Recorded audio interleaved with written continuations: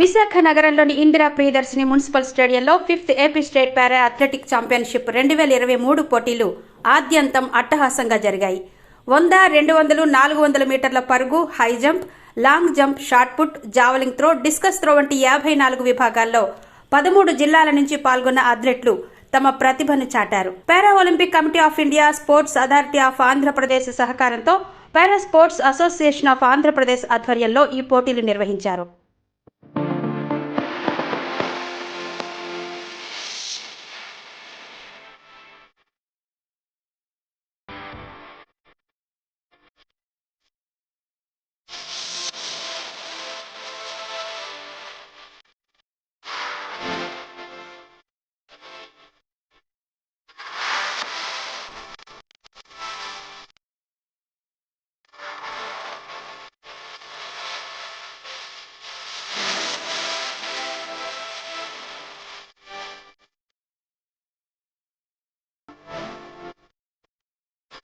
ఈరోజు para sports 5th senior, 3rd junior and sub junior athletics championship 2023 కార్యక్రమం ఇక్కడ municipal స్టేడియంలో జరుగుతుంది. చాలా గొప్ప విషయం. శారీరకంగా ఇబ్బంది ఉన్నా కూడా గుండె ధైర్యంతో ఏదైనా మేము తీసుకున్నామంటే అది ఎలా అయినా సాధించగలమనే ఒక సంకల్పంతో ఈరోజు ఇక్కడికి ఇంతమంది వచ్చిన క్రీడాకారులందరికీ కూడా పేరు పేరున నమస్కారాలు తెలియజేసుకుంటూ, ఇలాగే ఈ స్ఫూర్తితో లాస్ట్ టైం కూడా నేషనల్ వైజ్గా చాలా మెడల్స్ సంపాదించారు. అలాగే ఇంటర్నేషనల్లో కూడా చాలా మెడల్స్ సంపాదించారు. వేణు గారి ఆధ్వర్యంలో, కోచ్ ఇతని ఆధ్వర్యంలో కూడా నేషనల్గా, ఇంటర్నేషనల్గా కూడా కొన్ని మెడల్స్ కూడా సాధించడం జరిగింది. అలాగే ఈ సంవత్సరం ఈ 2023లో కూడా అలాగే సాధించాలని మీరందరూ కూడా, ఈ క్రీడాకారులందరూ కూడా మిగిలిన వాళ్ళందరికీ కూడా ఒక స్పోర్ట్ స్పిరిట్తో ఒక రోల్ మోడల్గా ఉండాలని మనస్ఫూర్తిగా కోరుకుంటూ, ఈ 2023 అందరూ కూడా ఈ రాష్ట్రానికి కానీ దేశానికి కానీ మంచి మెడల్స్ తేవాలని, అలాగే ఇంటర్నేషనల్కి కూడా వెళ్ళి మెడల్స్ తెచ్చి ఈ దేశ ఖ్యాతిని మరింత ముందుకు తీసుకెళ్లాలని మనస్ఫూర్తిగా కోరుకుంటూ, ఆల్రెడీ రామస్వామి గారి ఆధ్వర్యంలో ఇక్కడ ఇంత పెద్ద ఎత్తున చేయడం జరిగింది.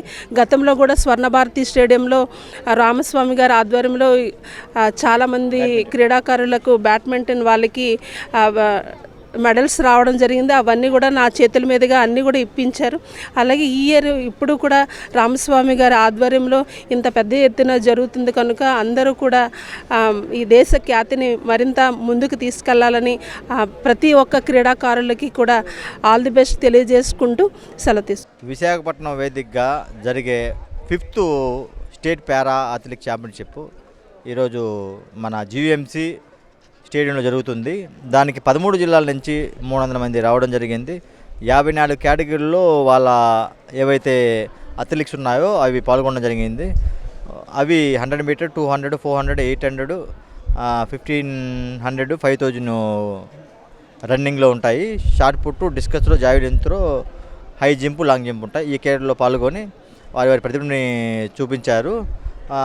ఇంకోటి, ఈ అయితే స్టేట్ మీట్ ఉందో దాంట్లో సెలక్షన్ అయిన వారు నేషనల్కి రేపు 27, 28, 29 గుజరాత్లో జరిగే జూనియర్ నేషనల్స్లో పాల్గొనడం జరుగుతుంది.